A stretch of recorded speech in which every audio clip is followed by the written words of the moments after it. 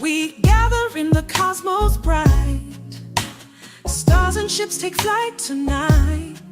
In the void where dreams do play, soul citizens lead the way. Borders fade in nebula's light. Unknown worlds will chart tonight.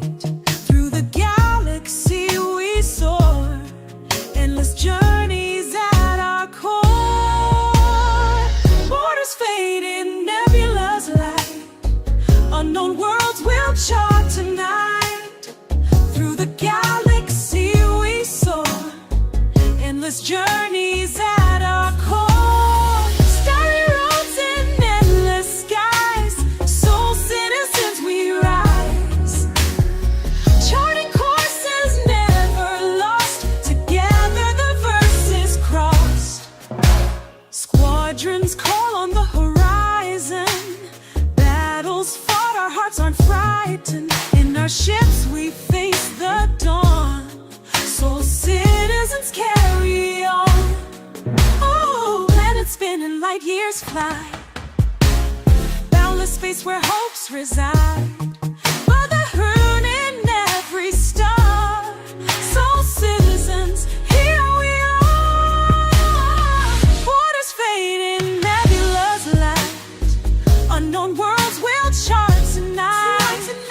Through the galaxy we soar. Endless journeys at our core.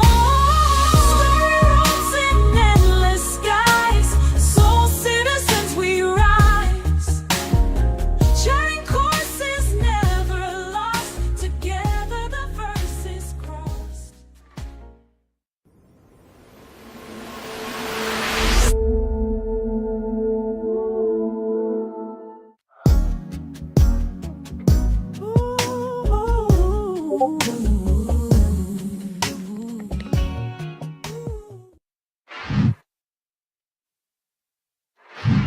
Hey, greetings. Welcome back to Soul Citizens. I am GriffinGamingRPG, and we are so happy to be here with you today. Today is February or January. God, I'm getting my months mixed up. January the 26th. We are wrapping up the first month of the year 2025. And we are happy to be here with you guys today, and we're happy that you guys could tune in to join us. Today is a very going to be unique show. A lot of times we do our shows and we kind of talk about things from a developer standpoint or technical standpoint or gaming standpoint. But today we want to come from a heartfelt standpoint, a chance for some of the people in the community to kind of express how they're feeling about how things are going with Star Citizen right now. And so that's going to be the conversation for the day. So I hope you guys will be able to hang out with us. We've got a special guest joining us today who I'm going to introduce from the very top right here. Some of you guys have heard this voice before, this rumbling voice that is often set in on us for our Soul Voices show, which was on Saturdays. But we invited him to come on the show today to have an opportunity to share some thoughts along with our other panelists from the Soul Citizens team, the one and the only SirTogy. Togi, how you doing, buddy? What up? We are happy to have you on. Did you ever think that you would be on the Sunday show? I mean, every time that it's happened, it's come out of nowhere, and I'm all right with that. I like surprises. Yeah, well, that's cool. That's cool. I'm sure there's some people who miss hearing you on Saturdays, so they get to hear you today on a Sunday. But we're happy to have you on with us, man. Also joining us today on my right and your left, GoamATL, my friend. How are you? Listen, if y'all don't recognize him, this brother done took off about 15 years. I'm looking at this guy every time we see him, and look at the big smile now. What, you get your teeth whitened too? Holy smoke, you're looking good, brother. I went to the dentist, but I didn't. Come on, it's just the shadow, the beard casted a dark shadow. Yeah, I know. I'm just like, dude, you're looking good. You're looking good. I hope you're feeling good. I feel good. Good. We're happy to have you with us. And of course, the one and the only, our OG from the Soul Citizens team, Younique, is here with us today. How you doing, buddy? Doing pretty good. Hello, everybody. Good. Like to say it's good to see GoamATL again. I see that work release program has done wonders for him. So, hey, scared straight work. Scared straight work. I know, right? I know. Well, listen, We are happy to have this group of folks on today, and I'm actually going to act as a moderator. The title of our show today is called Thoughts and Prayers, and we're really trying to come up with what would be a unique or interesting title. First of all, to draw y'all's attentions, but secondly, to actually focus in on what the topic is. A lot of times, a lot of you all know, or some of you all maybe don't know, that when we do our Soul Citizen shows afterward, several people from our community will come into our Discord and we hang out and we talk about things that happened on the show, and we also talk about things that are going on in the Star Citizen community. And over the last several months, these conversations have been coming up from various folks in our community, expressing concern, curiosity, doubt, excitement, all types, just emotions and thoughts all over the place about the state of the game. And as we approached CitizenCon, there was a lot of anticipation. And then after CitizenCon, there was also a lot more questions that got raised. And so that's going to be kind of our conversation today. It's going to be hearing the thoughts of folks from the community. I want you to also know these people who are here because they are supporters of Star Citizen. If they weren't, they'd be gone or they would have never signed up. But there is room for critical conversation about what we see happening with the game. And a lot of times people think the Soul Citizens are all white knights and they're always positive. No, we also will entertain the other side of the conversation. You know, I don't think there's anybody on our team who does not have something that they feel a certain way about when it comes to this game. So if anybody thinks that we're all just excited and jumping around and doing cartwheels all the time about the game, I can assure you that is not the case.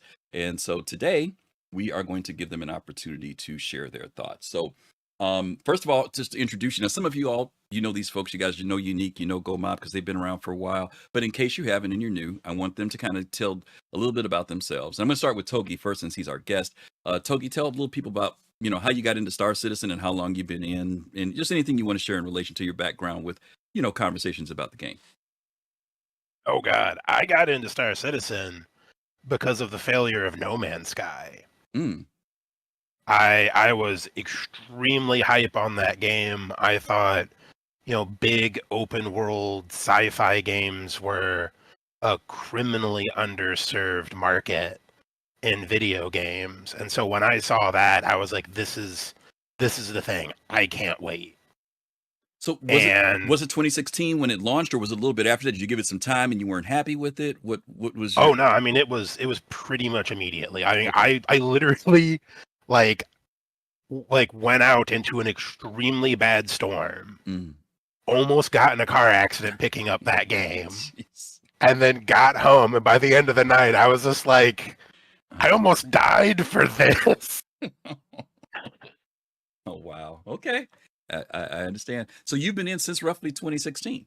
That's It took me a little while after that. Okay. After that, I started just watching, like, I'd go on YouTube and I'd put in like upcoming sci-fi games, and I came along a compilation that had the Star Marine demo. And I was, as soon as I saw Star Citizen, I was like, this is what I wanted. Okay. So the Star Marine video was the one that sparked your interest when you saw that. Then that was interested. Okay. Yep. Very cool. All right, GoamATL, let me hop to you. Give some folks some background real quick. How you got in and what brought you in? Well, so I was working with a guy who, by all measures, is a whale. And he was always talking about it. This is all he ever did, you know, and told me how great it was. This had to have been 2015. Okay. Yeah, 2014, 2015. It was early on. Like, he was one of the, you know, early backers of it. I just remember when the you know, he hit Legatus without having, before the package. I got you. Was the thing. He was in early. Okay, I got you. Yeah. And so I was like, I'll try it out. So I think I bought like an Aurora, and he said he had an extra Saber he'd sell to me for cheap, and I bought that. And this was back when I think the Saber had just been released. This is before I got it, before the Saber was released. This is when you can only get in the R Corp area you walking around. And that was it. You know, That you open can, area, the you can courtyard. fly, and you can get in. You can get into your ships in the hangar, and kind of walk around the ships and play around with your ships. Right. And then I think you could get into a little bit of Arena Commander. I think was the pod in the hangar, but there was no PU until maybe a little bit right after I got in. Okay. So you've been in for a while then. Okay. Yeah. Okay. So you were invited. Well, let me ask you this: did you have an interest in a space game, or was it just the fact that your friend just kind of pumped it up so much that you got curious?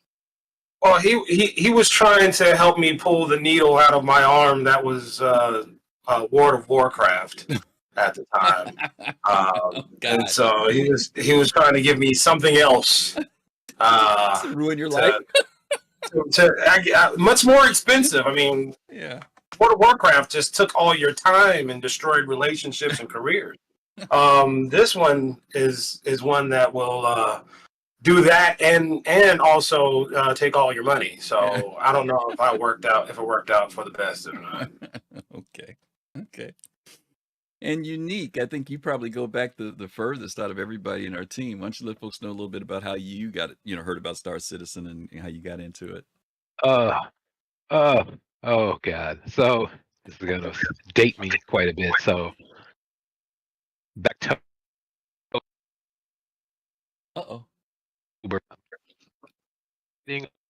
we're losing your audio for some reason, Younique.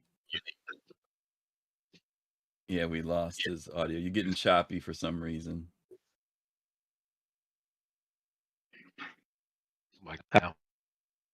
One more time. Say something one more time. More time. There we go. We can hear you now. Testing. Oh.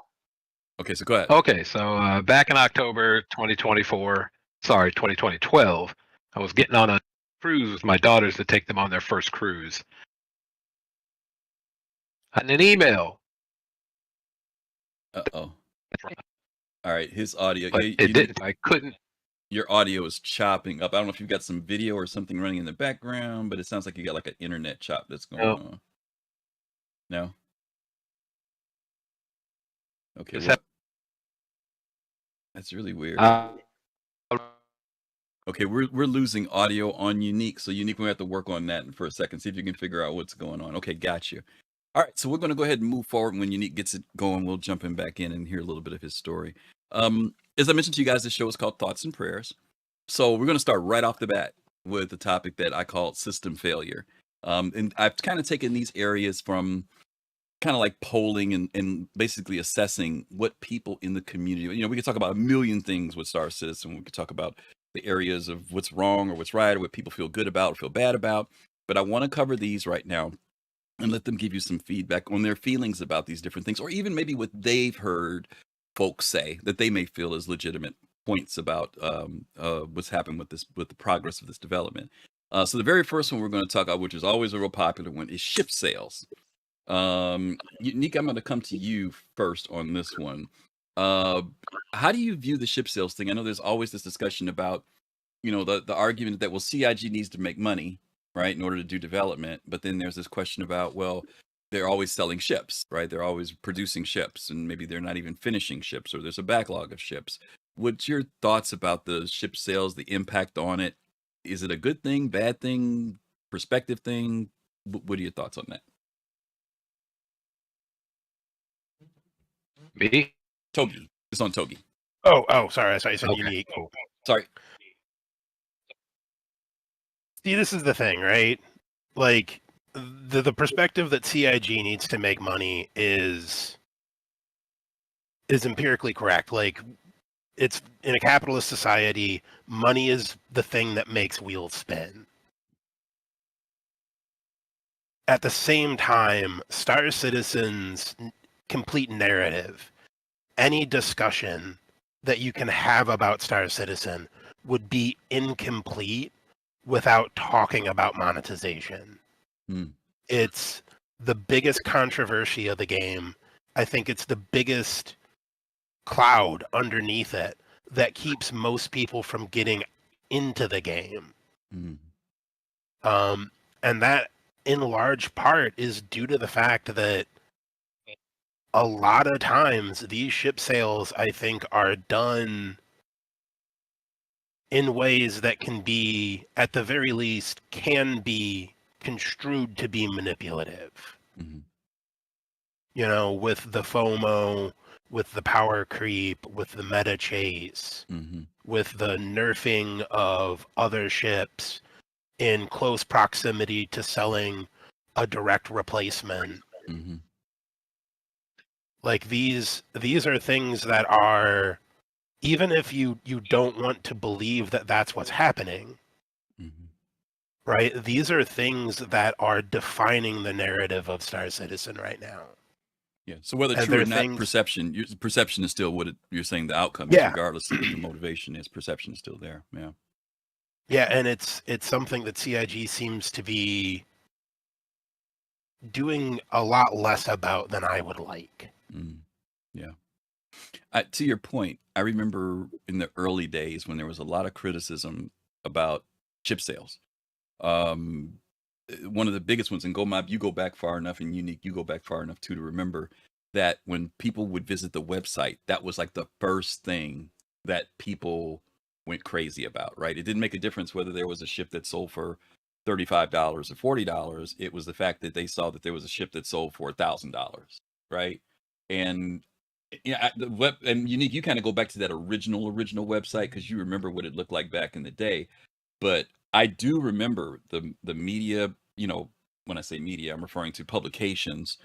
That's the thing that everybody seemed to zero in on, right? Was this perception of, oh my God, you're paying $500 for a ship. What kind of game is this? You know, and that I think that's kind of persisted throughout the years. I don't know that CIG has ever been able to, for lack of a better term, get that monkey off their back. I don't know, GoMob. I'm go to you on this one. What are your things about that? I mean, when you first came, you said your friend told you about it. He was a whale. I mean, when you saw ship prices for the first time, where was your head at with that? I mean, the first thing he told me is, "Don't be like me." But he didn't have to necessarily. I mean, I think I lived in I came in and I don't know. I just felt like, okay, everybody in this room is an adult and and are capable of making informed decisions. I think I have never been so wrong in my entire existence. This community has taught me that there is no such thing as that. Nope. It's always somebody else's fault. You bad, made me do bad things. Wham. Yeah. It didn't phase you when you saw ship prices? Did it raise questions in your mind? Did you kind of see it as, I'm not going there, or I'll wait and see maybe later? Where were you at when you saw those ship prices the first time? It's called a choice. Yeah. It's called a choice. I mean, they on the same roads where you can see a Kia, you can see a Bentley. Okay. Nobody's saying just because a Bentley is available to be sold. No, I don't know. That's an argument I've never. And I get your point, but like to Togi's point, there is a psychological argument to this, right? For gamers, bigger is better, right? So if I look at an Avenger at 60, in my brain, without knowing any details, I automatically assume, okay, that's the $60 ship. But then when I see like the Idris for 1,500, my brain automatically tells me, oh, that ship must be better. You know what I mean? And there's no explanation. There's not a lot of explanation there for people. So to Togi's point, you know, is that why some people might feel like there's a little bit of, you know, I don't want to say lack of communication because information's out there, but knowing how gamers respond to bigger is better. If it costs more money, it must be the meta or it must be better. Is that a factor for people, that why there might be such criticism when they see the ship prices? Yes, that is. I think that is definitely a factor. Is it a correct or a sane factor? No. Yeah. Again, there are there are expensive vehicles and inexpensive vehicles. There are, you don't have to buy more than you can afford or more than you need. Mm-hmm. And the simple fact that anybody who's come into this game over the last 5 years, Mm-hmm. you can buy any of the ships that are released in the pledge store in the game with in-game money. Yeah, it's a lot different now. Yeah. Mm-hmm. So I don't know. Yeah. That's that whole ship sales bad. Oh my God, it's so expensive. Look at this. Yeah. The people that make that argument are either purposely being deceptive to their audience and trying to artificially drum up some kind of controversy. I mean, this is they're eating your pets situation here, right? Where it's not the case, but you want to say it anyway because they know that there are going to be some people whose brains are too smooth to really see the difference. Mm-hmm. Okay. Unfortunately. Okay. Younique, how's your audio? You back? I am. He's still choppy. Nope.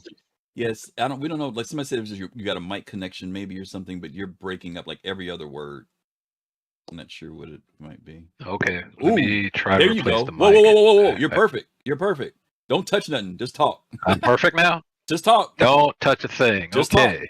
Just talk. Mhm. All righty. So I agree with GoamATL. There's a whole price range, and the game actually costs the normal thing like $60, $75 at the most. Mm-hmm. You can get a decent ship, and then you can progress. You can play it, and they don't reset it. No salt there. But you can progress through the game. That all the way back to the first website, very first website, just took. Okay, we're losing the audio again. I don't know if he's got a bad connection or what. You were doing good, then you just start clipping out again. All right, we'll let him work on it some more. Nope. Yeah, you were good except for a good while, then all of a sudden it started clipping out again. Okay. Let's go to the next one then for system failure here, which would be missed deadlines.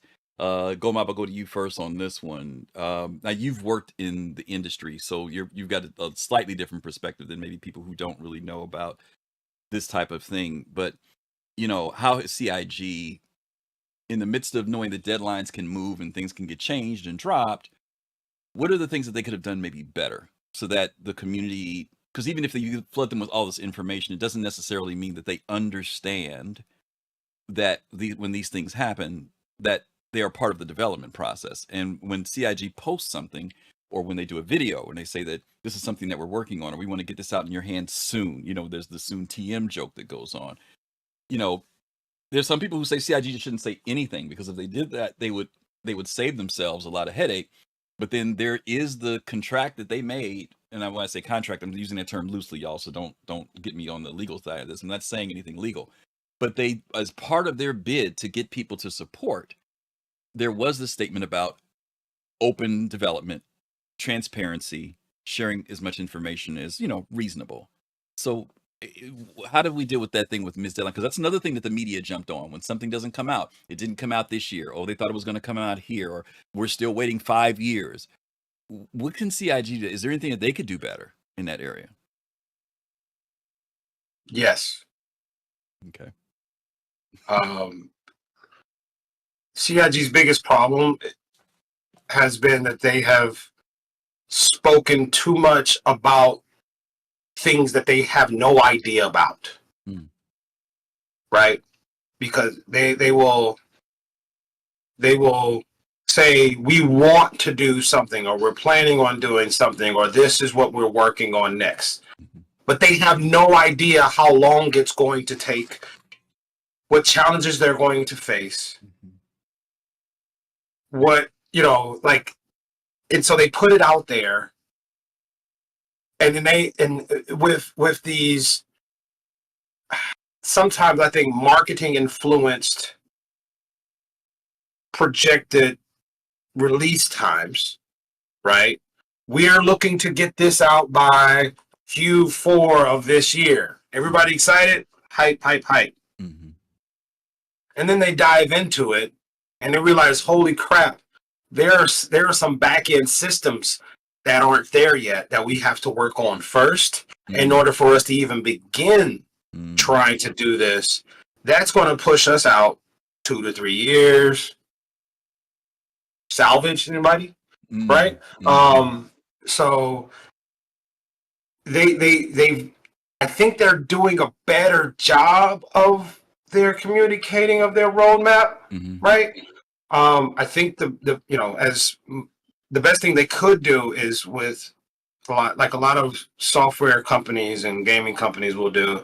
They don't even mention things until they're at almost finished status, right? Hey, this is what we're working on. This is where we're at. We're going to put a polishing on this. It'll be ready to be tested in Evocati or PTU here in the next cycle.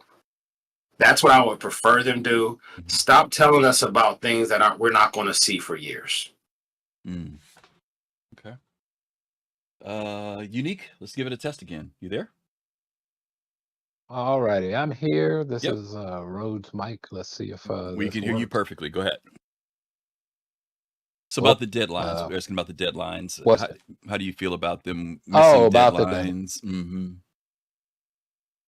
So they've learned a lot about when they said deadlines and stuff, and it scared them to death.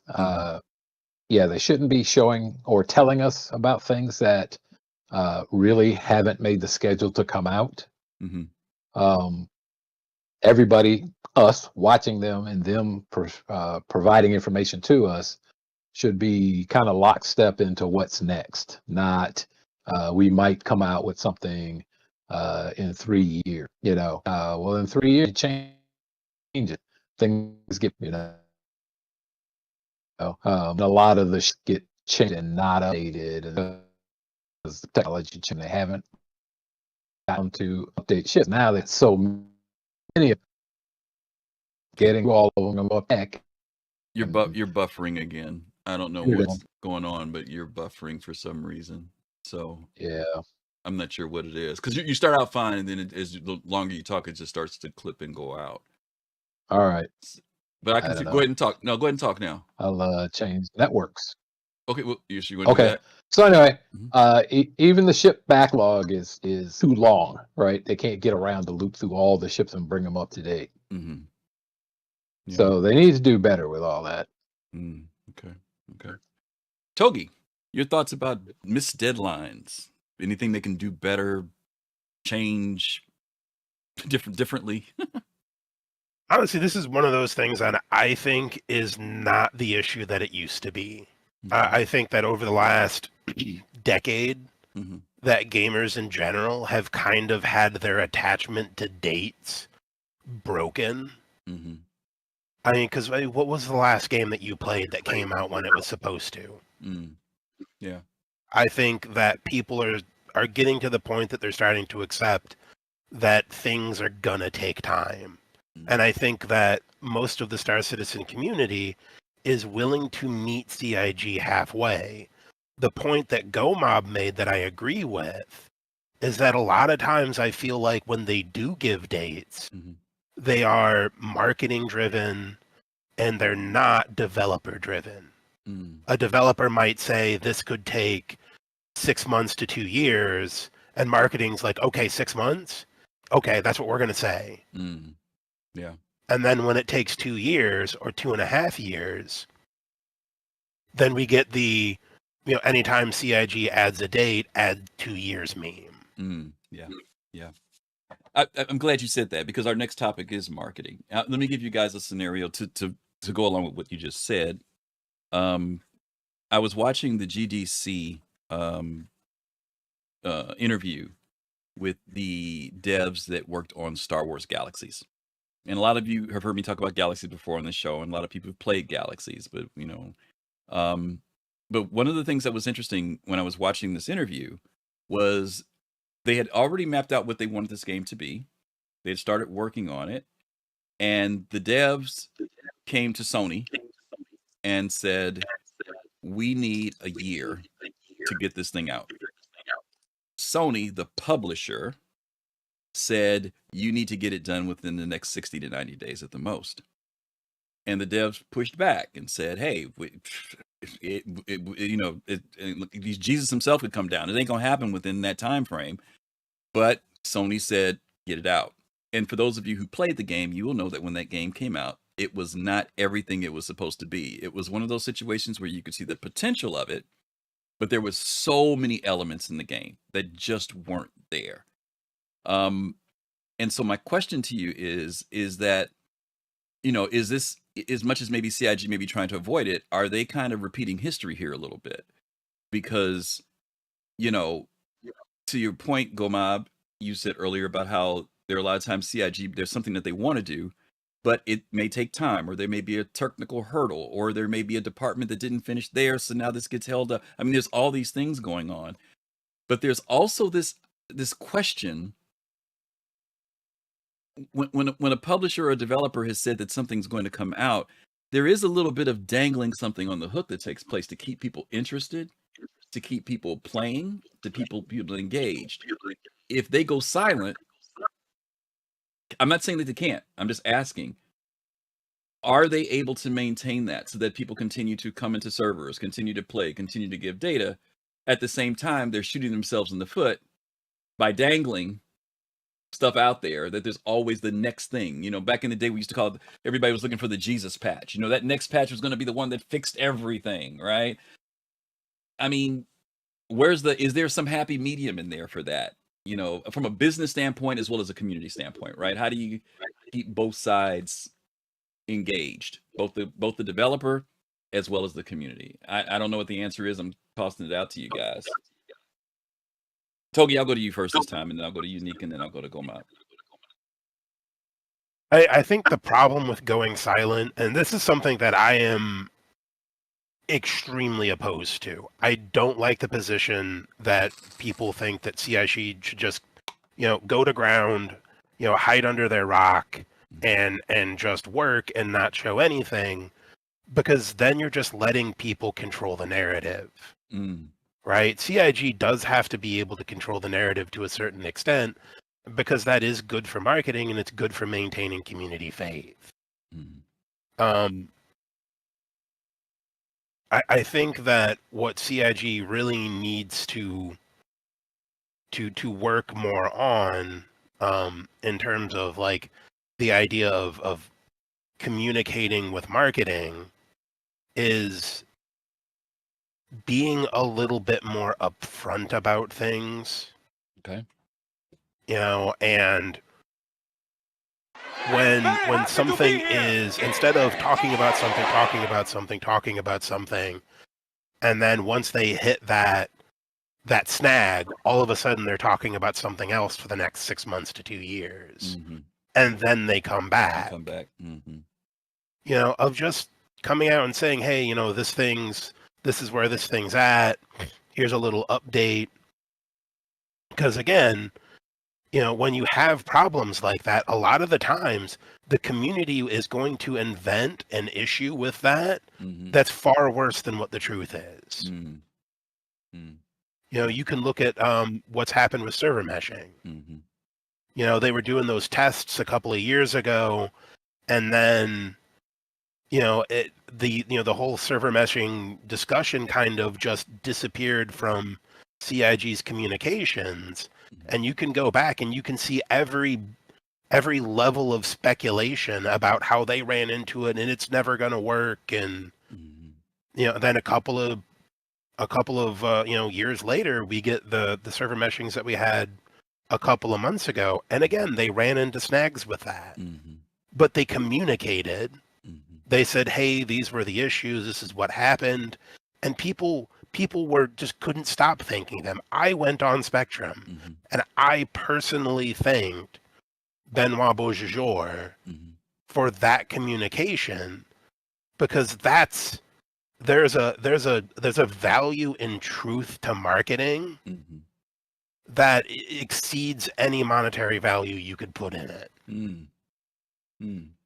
So do you think that I'm going to go to Younique after this. Do you think that there's somewhat of an underestimation of this community? And I'm saying that, it's very easy to lump gamers all into one basket and say gamers do blah, blah, blah, or gamers are this, or gamers don't read. But is there a possibility that this particular community, knowing the particulars of this development and how unique it is, that maybe CIG underestimates them in the sense of, in other words, we're grown folks, we can handle it, just tell us the truth? Or do you think that that's the danger that they worry about, that if they tell the truth, that it creates instability or uncertainty within the community?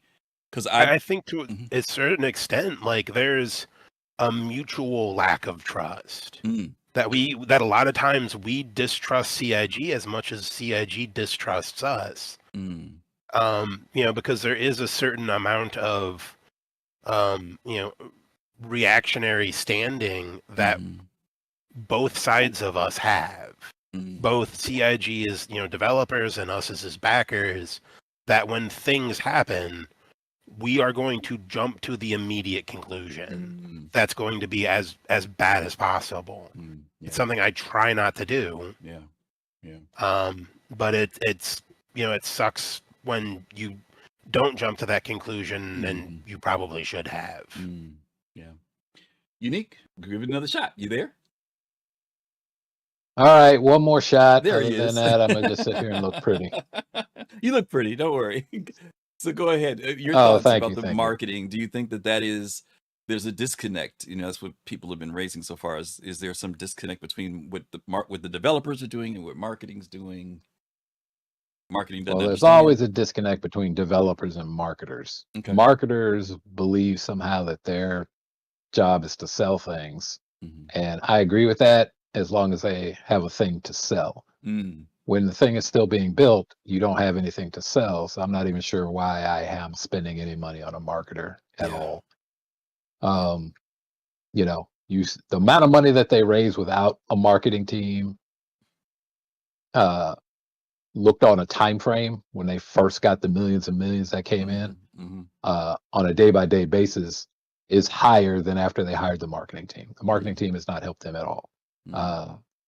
The marketing team's not allowed to set dates after, obviously, Chris Roberts got slammed a bit for putting out dates in the early days, which I don't think that they should be afraid of.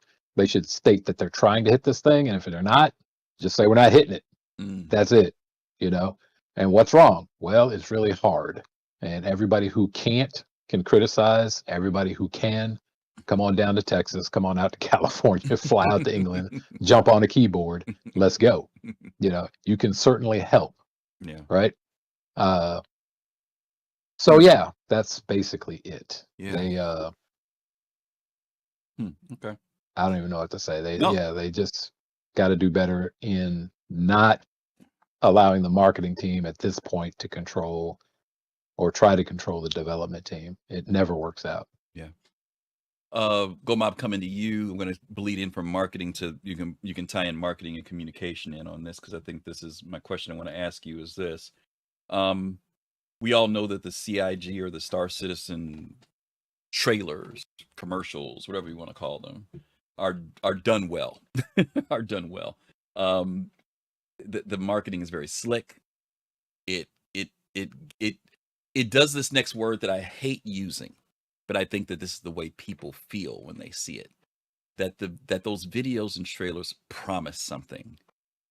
They take us down a road of what we think Star Citizen could be, might be, should be, whatever other B you want to tie to it.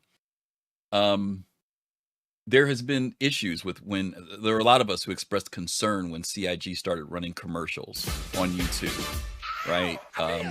When it was just the trailers and it was the community getting it was just on the website, people were like, okay, it's within our community. But now there's this thing where people log into, if they play space games, they log into YouTube. The first thing that comes up is a commercial that says playable now.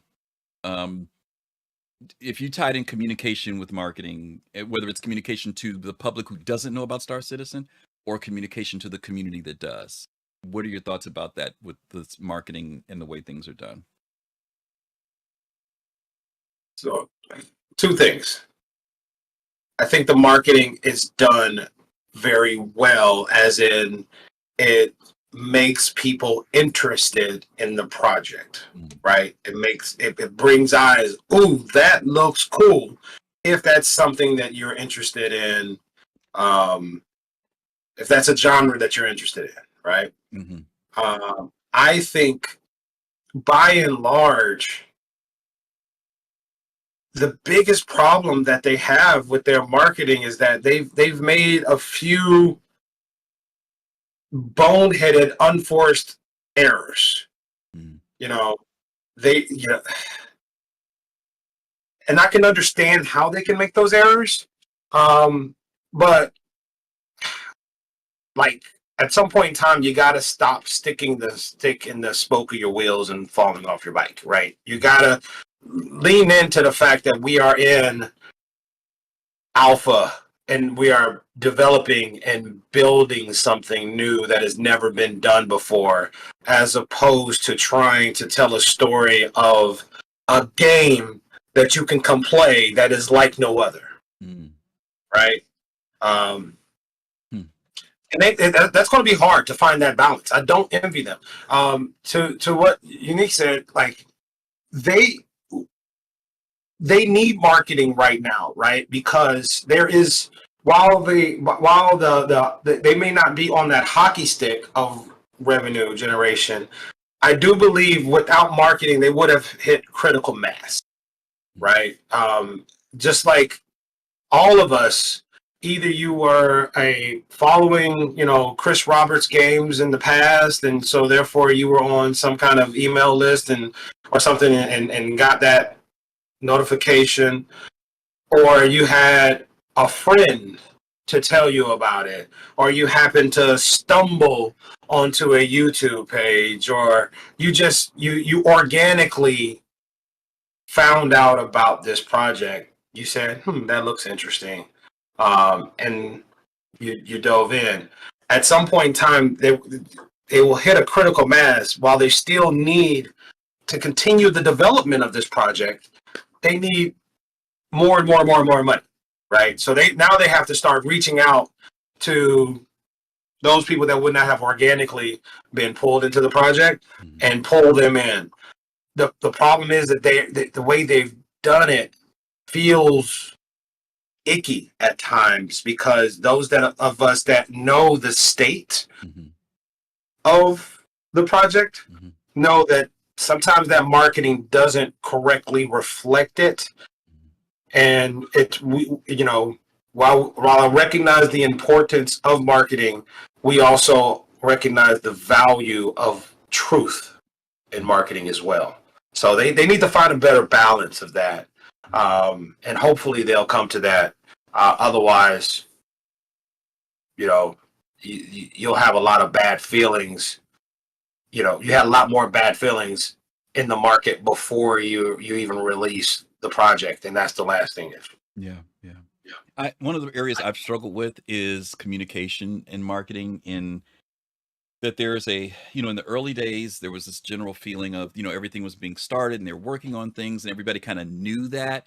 But as time passes, I think for us, the community as backers, we start looking for the cement to start to harden. You know what I mean? In the earlier days, things are kind of, they're moving around, they're volatile, but as time passes, we start looking for greater stability.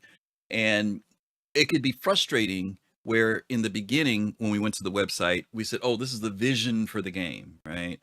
But then 10 years later, you go to the website and either the vision's there, but it's 10 years old and you don't know, is this still relevant? Is this still pertinent? Or it's 10 years have gone by and I don't see this yet, right? I can see how there's a lot of uncertainty that comes, but at the same time, if CIG starts locking things in, I think when we did the dev show a couple of weeks ago or last week or whenever it was, the devs talked about how when you're developing software, developing a game or a program, that you have to leave some room. I think the example that was used by Grola was he gave the example of using IKEA furniture, how when you're putting the furniture together, you don't screw the screw all the way in. You kind of do a little bit a certain way till you know everything's ready, then you do it. That puts us as gamers in a weird space, because unconsciously or consciously, there's a clock ticking in our head. And I think we do look for certain levels of progression, and when those levels don't happen, then the questions come. And I think it goes to what Togi was saying, is that when things don't happen, then all of a sudden we start defaulting to maybe the worst case scenario as to why something isn't happening, or what's going on with the game, or why hasn't this happened. And so when communication doesn't happen, and Togi, I remember when you told me when Benoit did his thing that you were really impressed with the fact, and you said, I wish that they did more of that, right? That communication was more. But I'm just not sure if they communicate more, whether it will be something that people will cheer them for, or whether people will beat them over the head for it later. That's the thing I'm never sure about, And I'm not saying they will. I just don't know, Let me go on to this next question. This is a rapid fire question to you guys. I know GoamATL just went off camera, so I'm assuming he's still there though. Togi, I'm gonna go to you. I'll go to Younique first on this one. Younique, you've told us before that when you got into this, you really got into it more for Squadron 42, the standalone game, than the persistent universe. And, and that's understandable, because a lot of people, when they first got in, that was what they were in here for. Let me base it around that question for you for Squadron 42. Is that the game, from what you've seen so far, is it the game that you've envisioned so far? Or, now back then, and now when you've seen the trailer and you saw what they showed us at CitizenCon, are you feeling pretty good about that, or did it go a different direction for you for Squadron? For Squadron 42, no, that's what I originally backed for, because that's what they were offering. The PTU thing, or the MMO part, the PU part came later in stretch goals, which was great as well. It's like I'm getting 2 for 1 when I paid for 1, so why not? I thought the game looked pretty good, a little slow in places, but that's sort of the style up front with Chris Roberts and like Squadron 42. You're in and out of a storyline that's flowing, so you watch the story for a while, and then you're a player in the story, and then it backs you out, and you're watching the story move on to the next chapter or segment of a chapter or whatever. He's good at that. I like that. I think it's pretty good. So what I saw was good. The graphics are good. Okay. But you mentioned trust. The problem with the trust is they have implemented their marketing, which is good. It's fine. The problem with the marketing is they don't ask the developers before they release a new video, can the user do everything that they're going to see in this video? And so if you see the video and you consciously decide to get the game and, I want to buy that ship. Well, that ship's not available. Really? I see it right here on the screen. There's a little razor thing, but I can't buy that racer ship. I really want to race, but I can't buy it right now. Why? I have no clue, but I can't buy it. And then, if it's whatever career you're following, but it doesn't work for you, even though they just put up a shiny new ship that mines or salvages, and you get the game and you get into it and it doesn't lift off or it doesn't work.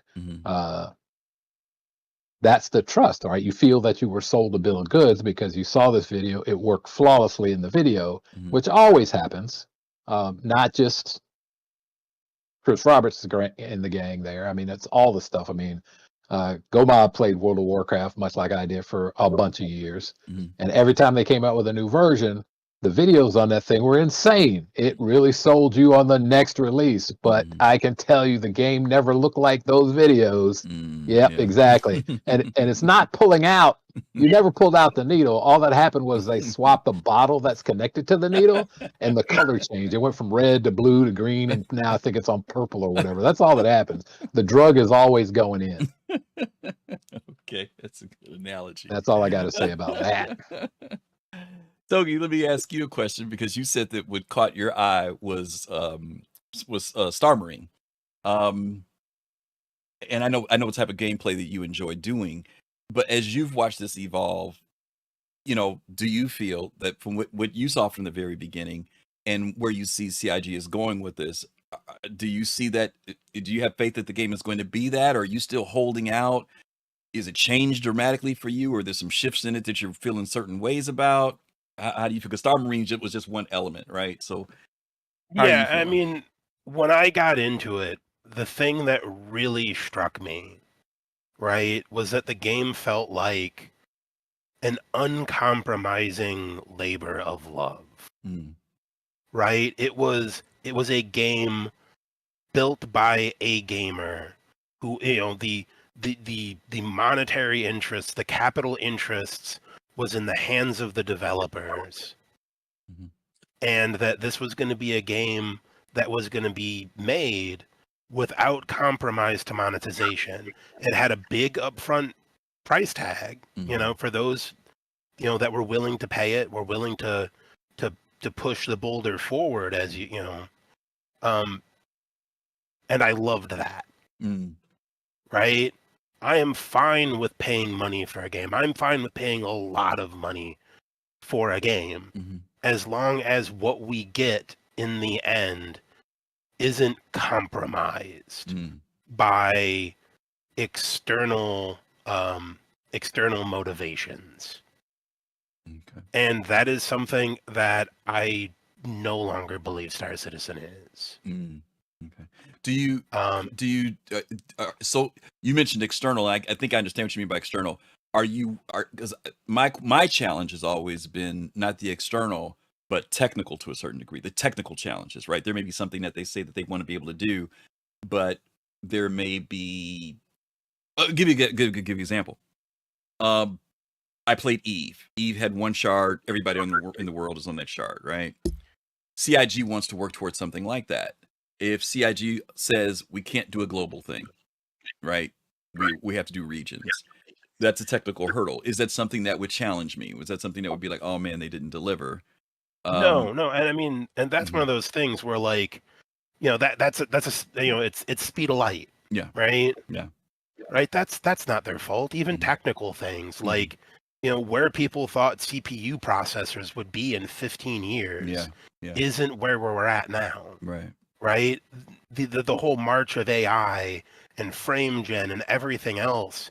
Like, I don't know if anybody really truly understood that's where we were going to be at. And I could meet CIG halfway on technical difficulties, right? But when we're selling out fundamental gameplay things like balance for the sake of monetization, like, and that's, you know, really where I stand, that I think that we're starting to see, where CIG is really crossing the Rubicon with that.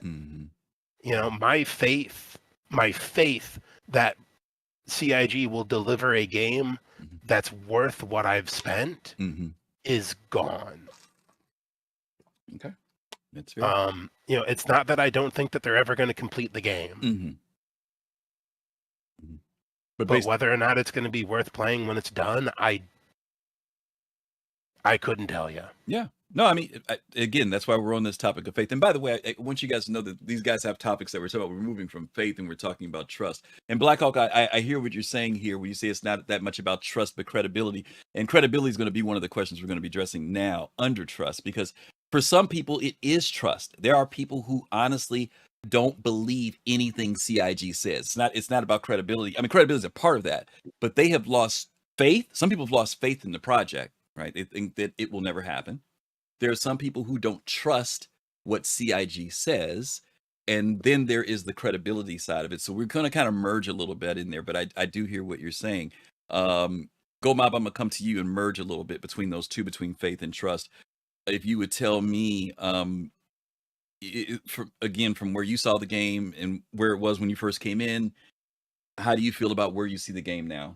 You know, is it the game that you're starting to work in that direction for you, or is it still just, you still don't see enough of pieces of the puzzle to make you feel like they're going in that direction? So, for those of us that have spent literal thousands,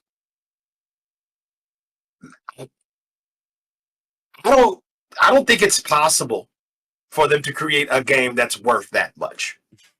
Let's, you know, it's not, right. But we're in a place, as somebody who's been around for a long time, you know, when I get really frustrated about the state of the game right now, sometimes I just take a minute to think about where we were 3 years ago. 4 years ago, 2 years, a year ago, right? And I could see, all right, they're getting there. They're making a lot of bonehead mistakes along the way. Like there have been times you've heard me, I've been pissed off. And it's not about I don't get mad about the delays. I don't get too up in arms about the marketing. But there have been some decisions that have been made that have caused me to lose trust. To cause me to feel like the culture of the company has shifted, right? Which I think is even worse than thinking, you got folks that think, I don't trust this. I feel like it's a scam. They're selling us a bill of goods. They're just trying to get as much money, and then they're going to rug pull us, and Chris Roberts is going to run away like Skeletor and jump on his yacht and float off into the sea. I don't think that. I think they're actually trying to actually build it. I just feel like I don't trust that they have the right people in the right spots to make the right decisions that are, to Togi's point, pro gamer or about the gamer or about the game. Yeah. Right. So Okay. So let me throw this question out to anybody who wants to answer this on the panel, and this isn't on the sheet with this trust thing. Is there a pattern that we're seeing? I'm going to use Togi, you'll appreciate this because we talk about music all the time. When a band starts out very grassroots, they've got their followers and the people who support them and get behind them. And then as they begin to get bigger and bigger, there starts to be a feeling of, they're not the same, that things have changed. If they happen to be independent or alternative, and if all of a sudden they get a hit, then people will say, "Oh, they've gone corporate, they've changed, blah blah blah blah." Now I'm saying that because that happens in music, and I also look at what sometimes there's that sense that happens in the gaming industry, right? You have a company like a Bethesda who starts out with these, Oblivion and games like that, and everybody's loving it, and then there's a fallout. But then as they get bigger and they become more famous and they expand and their company gets bigger, something starts to shift and change. I'm sure there has to be a proactive watching over to prevent that from happening, but it seems like that's a pattern, that as something grows and you expand, that something starts to feel different. Some people equated this back in the day when we had Around the Verse and Reverse the Verse, and we felt very intimate and we could talk to Ben Lesnick and Sandy and blah, blah, blah. And then when it changes, in those early days, developers would come on content creator shows. But then later on, as they got bigger, quote unquote, things change, they're not the same. Is that just something that happens? I'm not trying to pick on the industry or CIG, but I'm asking a question. Is this kind of the thing that happens at the CIG? Because Togi, you said something to me that really struck me one day. You said, I was hoping that CIG would not be that company, that there would be something unique about them that kind of, I'm paraphrasing, but made them different than other companies, right? Yeah, I mean, it's one of those things where, like, from the moment I got into Star Citizen, there was always this narrative of CIG not being shackled to a publisher, of not being shackled to investors that were going to push nothing but the monetary interests of the game, and that everything else was secondary. And that CIG, because they were driven by Chris Roberts, and he's a developer and he's a gamer, that he would always have the interests of the game and the gamers and the backers first and foremost. And sometimes it just doesn't seem like that. It seems like, they'll do the same thing that a lot of the AAA industries do.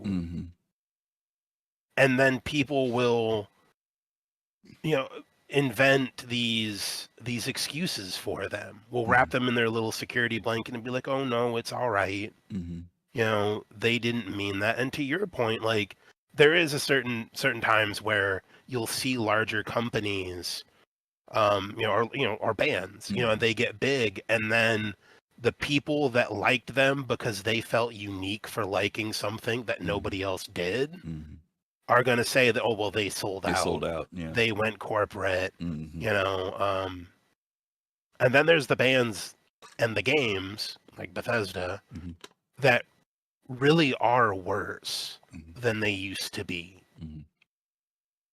from an objective standpoint. Okay. All right. Last question for you guys. I'm going to take our commercial break here. We've talked about this trust idea. If there was one thing that you would probably say that CIG has done that you feel has hurt their credibility?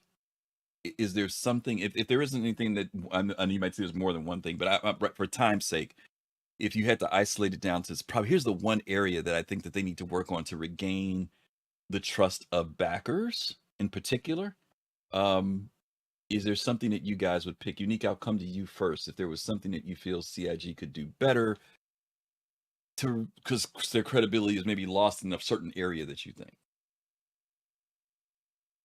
I think they've just gone down the inevitable path. I mean, they originally crowdfunded. They got a lot more money. They were trying to crowdfund, like $2 to $4 million, and then they would get matching funds, and that was going to be the start where they would be able to then go to a development house and cut a deal.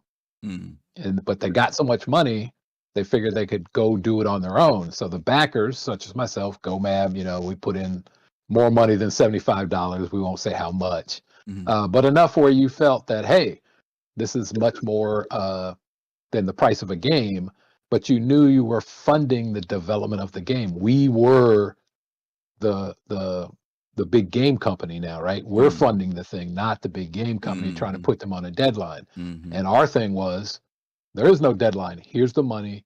Go build the dream that you pitched to us. Just build the thing that you pitched to us. So on an individual basis, if you spent a couple $1,000s, you will not feel that it was worth it if you just think about yourself. But if you look at the total pool of money and realize that you're part of that total pool of money, as long as they deliver the game that you're seeing, the possibilities are there, then it is worth it, because it should be a game like no other. Okay.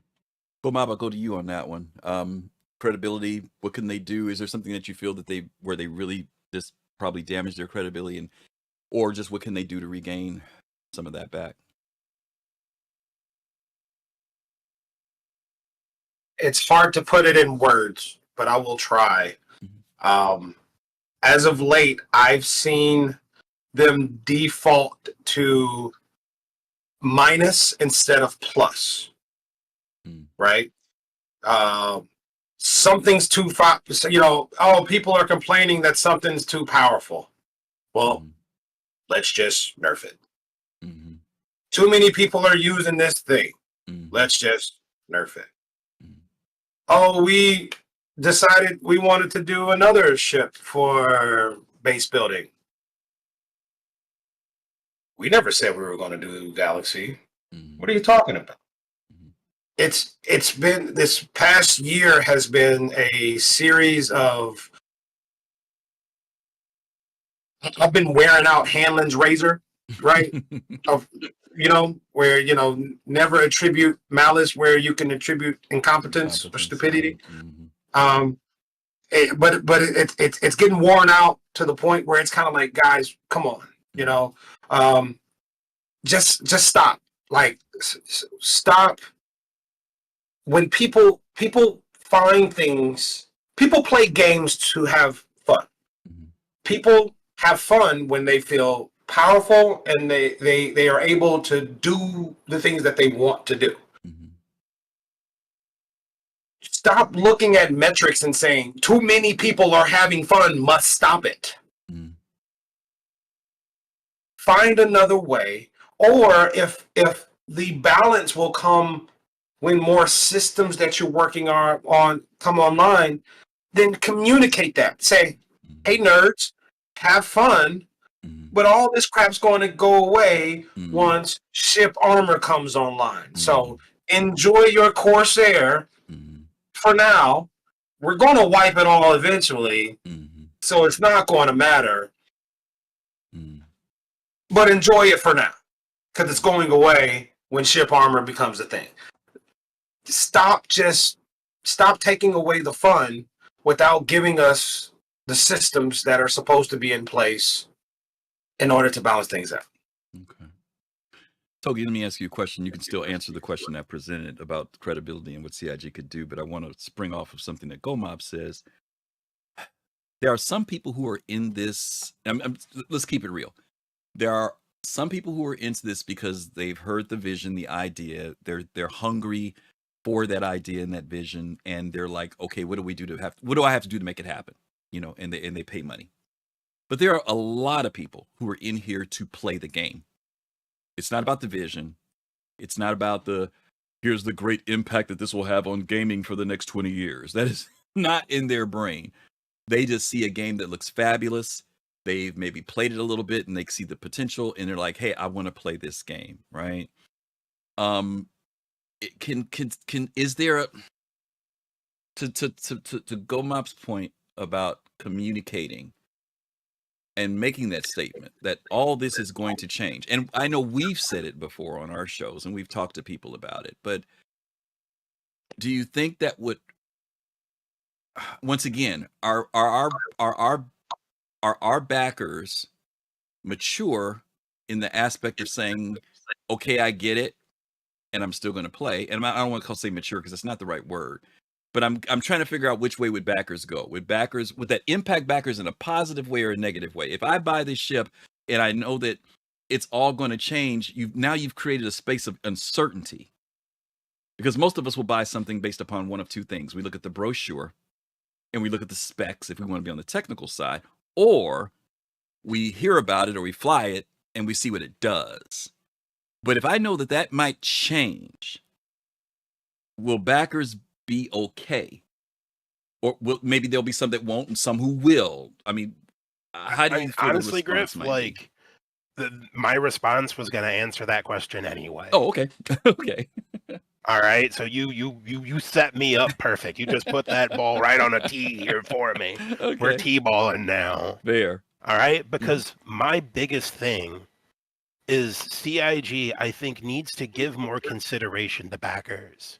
I think backers can accept change. Okay. They can accept that things are going to have to be balanced, that things are going to have to be worked on, that things are going to have to be nerfed and buffed and adjusted. All of that stuff is going to happen. And as long as we're leading to a game that is better tomorrow than it is today, they're fine with that. Okay. Or at least eventually they will be. Okay. Even the ones that'll get salty about it today. Right? As long as they deliver. But they're not doing that. They're not giving people consideration. Right? They're making changes for balancing, setting up paradigms, and then once they've reset that paradigm, they have all of these balance changes, and then, oh, here's a ship we're going to sell to you that is now outside of that paradigm. We have moved it outside of that framework. Okay. Yeah, the Paladin. Like that thing to me is really a CIG crossing the Rubicon moment. And they even admit that was changed, that the Redeemer was changed to fit that in. Yeah. Okay. All right. To your credibility question, is there anything for you, one particular thing that you feel has hurt it, and what can they do? I know you've talked about this aspect of communication, if that's it or if it's something different that you feel would regain some trust, credibility. I mean communication is always good, right? But communication is the beginning of follow through. Okay. Right? And that's really what they need to do. Okay. If they really want me to regain trust, nerf the Paladin now. Anybody who's not happy about it, refund them. right? Because that thing, it's gonna get nerfed. It's already too powerful. You can look at it on paper and tell that it is. Right? That thing is so more crew efficient than anything else in the game for its level of firepower. It's going to get nerfed. The pilot should have never gotten the side guns. Interesting. Okay. Well, listen, we're on our commercial break. We're 10 minutes over on our commercial. I hope you guys are enjoying this conversation because I am. I think it's some really good stuff that's being shared. We're going to take a 1-minute commercial break, so don't go away. And then we're going to come back and hit these guys with some more questions. So stick around. We'll be right back. There we go. Okay. If you are watching this show right now and you still see me, that means that you are one of our subscribers and our supporters, and we want to say thank you, thank you, thank you, thank you. Hope you guys are enjoying the conversation. I see the chat is lighting up. There's a lot of good comments going on in there. Once again, we really appreciate you guys supporting us each month with the donations. And we're getting ready to be prepared for next month as we get into February, March.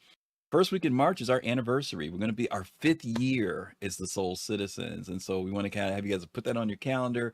All of our team, most of our team members will be here for that. We always have a great show when we get to celebrate what's been going on. And we're going to have some announcements for you guys of some other special event that we're going to be preparing for this year, later this year. And hopefully it'll be in partnership with CIG. So be sure to keep your ears open for that. We're going to be doing that in just a little bit. So once again, thank you, thank you, thank you. And we are going to jump back into things in about 1 second. And we should be back. All righty. We are back. Hope you guys are doing well. And hope you're enjoying the conversation that we're having today. I want to jump in back with Togi and pick up here with him. And you can be as personal about this as you want to be. The question is 2 questions, right? What has kept you coming back in the midst of all that's going on? And it could be game, community, nothing else better to do with your life, whatever you want to pick. But is there anything that CIG could do that could cause you to walk away? And I'm going to put it on CIG because sometimes people walk away because of community and some other things. But I want to say in relation to the game, is there anything that would cause you to say, I'm out of here? But for the first question is what has kept you coming back? I mean, you're here, and I'll be 100% honest. As cliche as this is going to be, it's sunk cost fallacy. Okay. That is why I'm here. Okay. I've got almost 12 grand into this game. I can't afford to walk away. Okay. Okay. All right. Like if I'm ever going to see something for that money, then I'm going to fight tooth and nail. Okay. To make sure that I'm doing everything I can, right, from my little cobble out here in the Midwest of the United States with no experience in development or anything. That CIG does make a game that's good, and when I see a whole bunch of red flags flying, I'm calling them. Okay. All right, like it's. I want nothing more than this game to be a success. Yeah. Right? I came here because, when I play, Morrowind has been my favorite game ever made since I was in middle school. Right? And I've had games tie that. I've never had a game beat it. I invested my $12,000 to have a new favorite game. Right? But if CIG keeps selling out the meta, they keep selling out the balancing of the game for their monetization, I'm going to walk away because I'm just not going to find the game fun. Like even all moral arguments against that aside, right? Like I'm not going to have fun with a game when my only choice in an otherwise fair fight is to bust out my credit card and buy whatever the newest thing is. Yeah. Because CIG decided to make sure that that's the thing that's overpowered. Okay. GoamATL, go to you on that one. What do you think? What's kept you in the mix? And what could make you leave? I support the game because I believe in what they're trying to do. I see the bigger picture, not only for the future of gaming, but for the future of computing. Not going to go into it right now, but holy smokes. Like, if they're able to pull off the technological feats that they're attempting, it's going to expand beyond gaming into the rest of the world. So I'm happy to be a part of it. Plus, when things work, it's fun, and I generally have a great time in the game, even because I go into it knowing that 85% of the stuff is going to fail. And it's whatever. It's a gut punch when I've spent some time doing something and it all goes to crap because of a bug. Yeah, but I know where we're at. I know what they're trying to do. I get it. So I'm not, so I still have the most fun in gaming in Star Citizen right now. Right. To me, my biggest challenges are their communications need some work. Their culture has seemed to have taken an anti-gamer shift. And I think that aligns with what Togi's saying, is like they're leaning more towards monetization than we're building something that we believe in. But by and large, hell, I still love it. I still love the project. And I feel like it is my responsibility almost as a backer, much to what Togi just said, to point out the BS, right? Say, hey, John Crew, cut it out. Go sit on somebody's couch and figure out what's really going on. So that don't come to your backers like that. We pay you. We pay you to build this. Don't treat us like this. When folks come and ask you a question about the galaxy, don't dismiss them and say, we never said that. Piss off. Don't do that. Okay. That doesn't feel good, especially after all the money we spent. Okay. Younique? Man, GoMab's like upset. we said this is I don't about know if people expressing how they feel. That's what we said this show Yeah, is about. It's not yeah. about the I technical don't know if stuff. I It's can about how top people that. feel. So yeah, I'm in too deep to quit. I'm in too deep to quit. I'm just gonna say I'm in deeper than GoMab and Togi combined. Yeah. Okay. I want to see the game. Go ahead.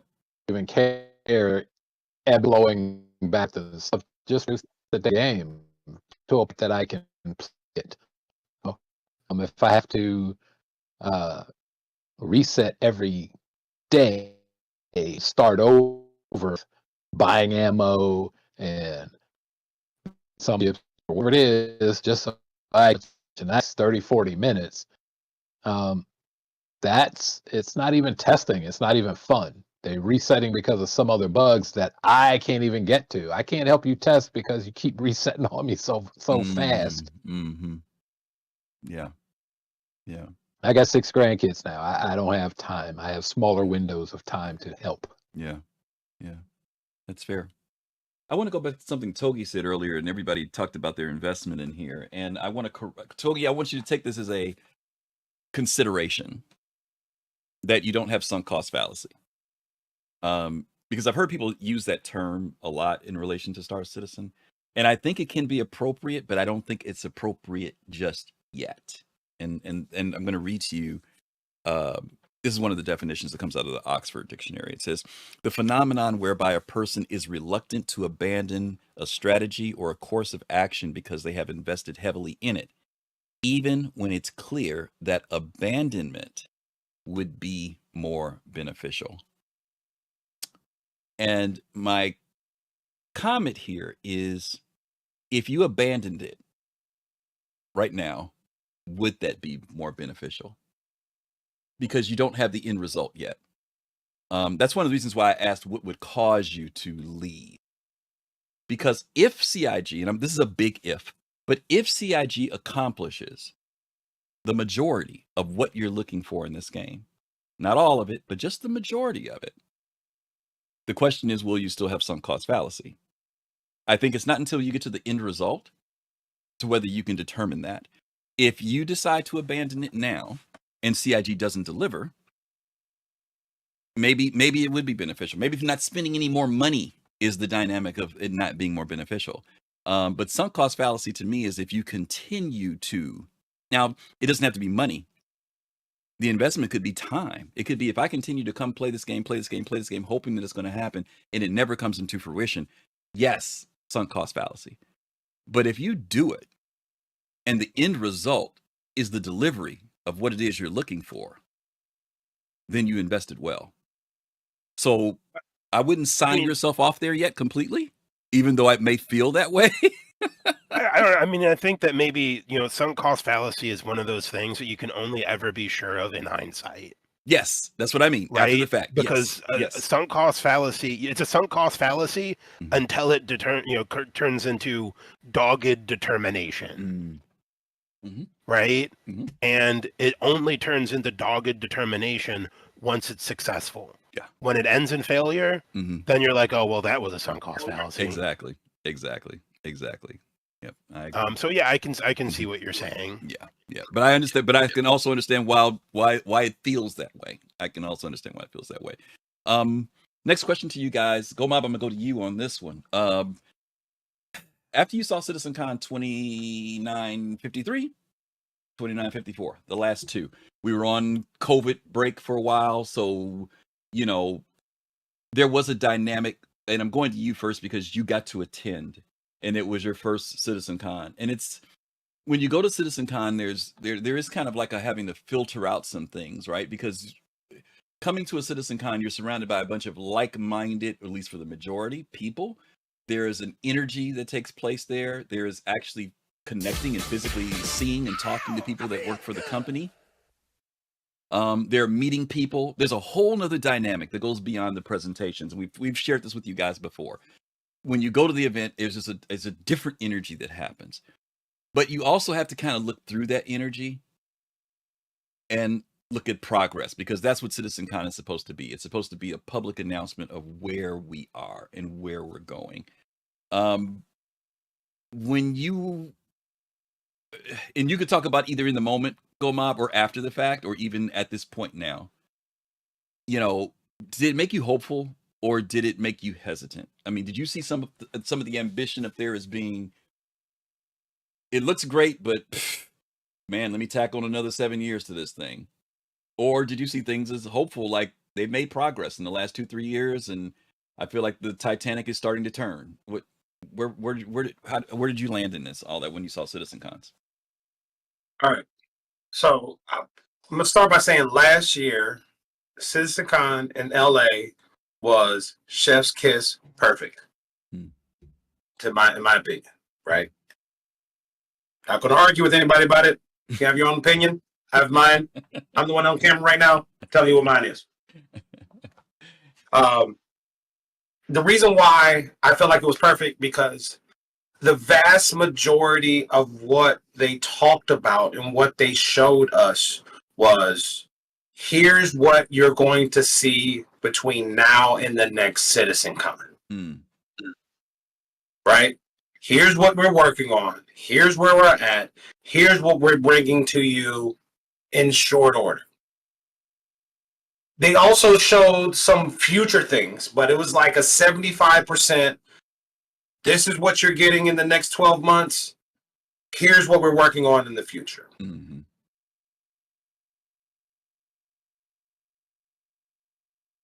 This year, CitizenCon flipped that to 25%. Here's what you're going to get coming up soon. And here's what you'll see over the next 3-4 years if you're really optimistic. And that didn't feel good.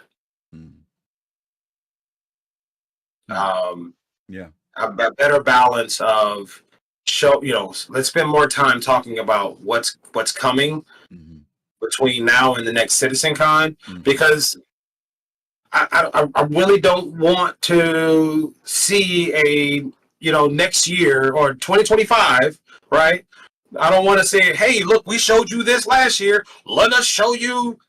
We've got more pixels of what we showed you last year. Doesn't it look even better? Hey, this time we've got people running around in it that are developers. Hey, it'll be coming to you in the next 2 years. We'll see you at next CitizenCon. We'll show you even more of what we... No. Like, I don't want to see it. I don't want to hear about it. Put it in a report somewhere and send it to the email or whatever.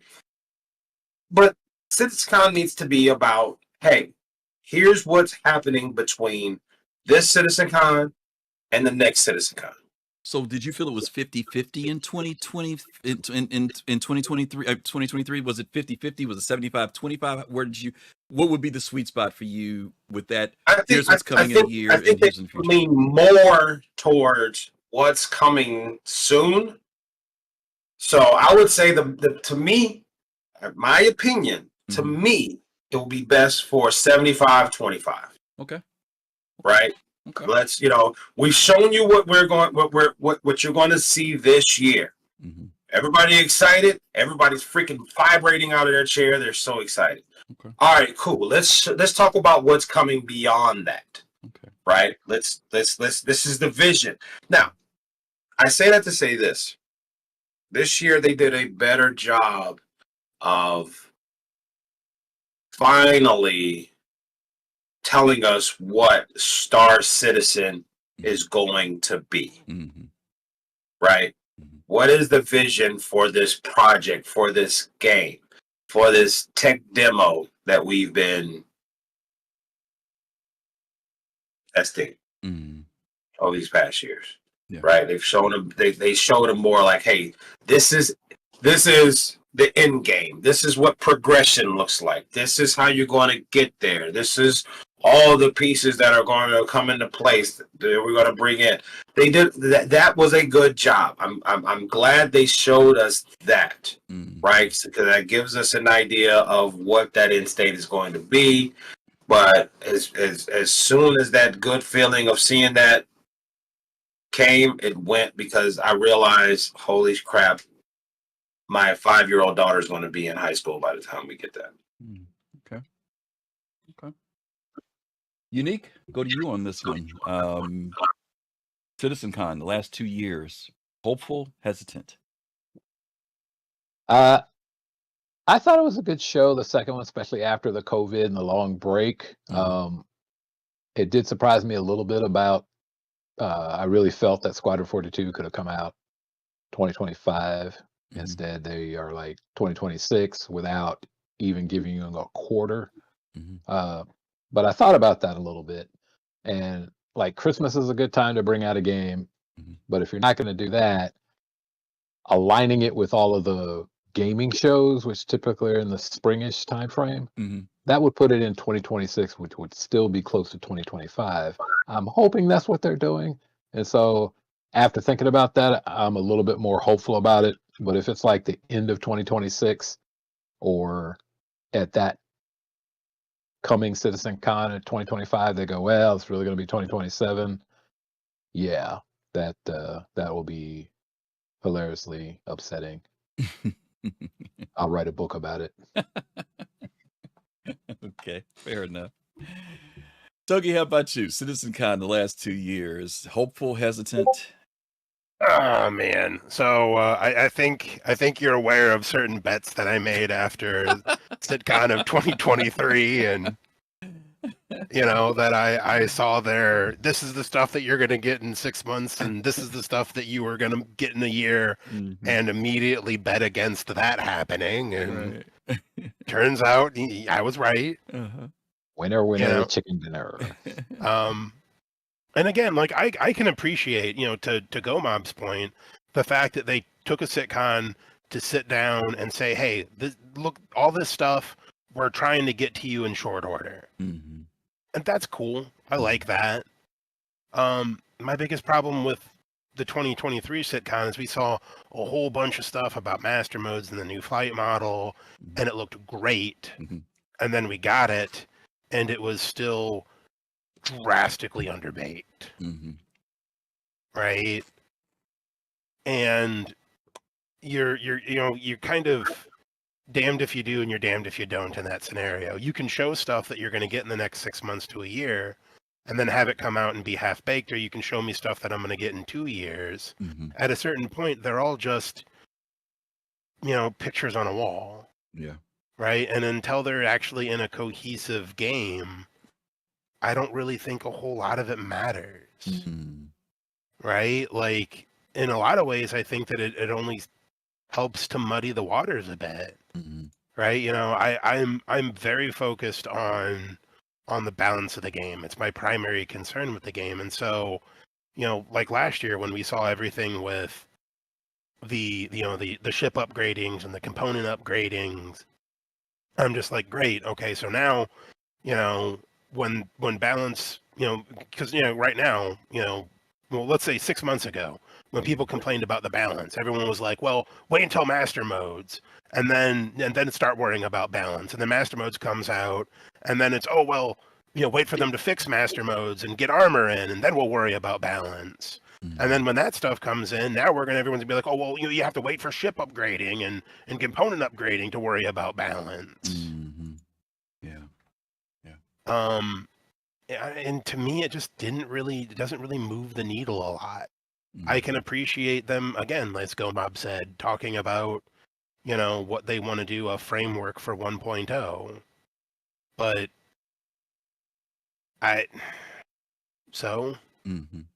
until it's here, it's words on a page. Yeah. Okay.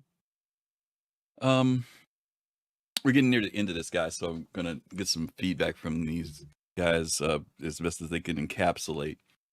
If there's 2 points we're going to hit on. One of them is called Mo Better. What can CIG do better? And I know we touched on this a little bit earlier about credibility and trust and everything else. But Younique, I'll go to you first. If there was something that you felt that CIG could do better, and you could be specific, or you could just, like, if you just want to say communication and that's it, whatever encompasses that, it's entirely up to you. But if there was something that you felt that they could do better, is it delivery? Is it what if you had something that you would pick that CIG could do better, what would it be? Communication and better to their process as they go through the testing phase. Do me a favor. Try talking up a little bit. Let's see if we can hear you better if you talk up a little bit more. Happening? Go ahead and talk up. Go ahead and say it again. Okay. I said better communication, and as well as how many version have. I don't know when. There's a live. There's a PTU. There's, I think, 4 of them right now, and it's unclear at all what each one of them is for. Like, how do I help you if I don't know what they're for? Okay. And because they're not communicating. I don't know, and I'm a developer, and I don't know. Okay. All right. The first part, you were breaking up a little bit. I heard you say communication, and then a clearer understanding of the testing platform for the different servers that they have out there. They've got the preview, the PTU, they've got the tech preview, they've got the live, all running simultaneously. Better communication on how to use those, right? Is that what I heard? Or what they're for. That's what I mean, what they're for. Okay. All right, fair enough. GoamATL. What can CIG do better? Focus more on what's coming next, as opposed to what's coming later. When you say focus more, you mean in the sense of the information that they're giving to the community? Focus on, as far as their communication. Okay, I'm still a little salty that they dropped all that information about the 600i rework. Yeah, I know. And then they were like, "Oh, yeah, we'll get to it eventually." Like, screw you, screw you. Yeah, you got me all excited for my 600i rework. Yeah, And you. Like, I don't want to see gray box, white box, concept. I don't want to see any of that. I don't, tell me, hey, it's coming soon. Here's what's next. Okay. Right? Give me something to look forward to. Okay. In the near future, not something that we're thinking about or we're working on. That, I mean, it's like it's a conflicting mixed signals. Mm-hmm. You tell me nothing is constant in game development but change, but then you keep telling me all this stuff that is destined to change. So tell me when it's not going to change. Because what you're doing is you're opening yourselves up. Because I understand development. Younique understands development, right? A lot of us, we understand it. We understand that change is inherent. Anytime you're stepping into the unknown of development, everything that you thought going in is probably going to change before you finish it. That's just part of it, because you're doing something that you've never done before, that anybody has ever done before. So what you're thinking going in is probably going to change. It is going to change. So stop talking about it until you figured out all the things that's had to change. You've dealt with the changes, and you see the finish line, light at the end of the tunnel, and say, hey, we've gone through all this stuff. Boom, this is where we're at. Release is imminent. Look forward to this coming up in the next patch cycle. Yeah. That's what they could do better. Okay. Togi, on you. Honestly, I would say being considerate to the backers, right? Like we've funded this game, and as much as people might want to argue whether or not we bought ships, right? And as much as we need to be cognizant of the fact, like GoMob said, that things are going to change, right? Like, people put that money in good faith, right? We've talked a lot about faith, and every purchase that we've made is a measure of our faith in the project. And when CIG decides to turn around and change what our just rewards are for that faith, that erodes it in a way that CIG just can't get back. Right? They need to be able to meet people halfway, right? Maybe sit down and have Chris Roberts write out a letter to the chairman about what guarantees, you have when you buy a ship. Can they change the class? Can they change the size? Can they change the role? If the changes are significant enough, can you ask for a refund? Can you what options do you have? Is it just, hey, you can CCU it, and that's the best that we're going to do, and they'll manipulate that as they see fit to extract the money out of more money out of you the best they can, right? Like, and the fact that the CCU system exists isn't lost on me. That is a start of them meeting halfway. That and not selling out our balance for those same considerations. If they could sit down and really, have a discussion with us, meeting people halfway.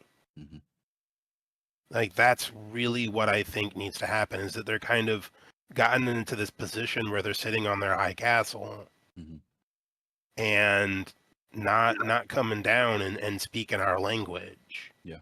Especially when you look at the the Q&As from the last couple of ships that have come out. They've been very salty, and for good reason.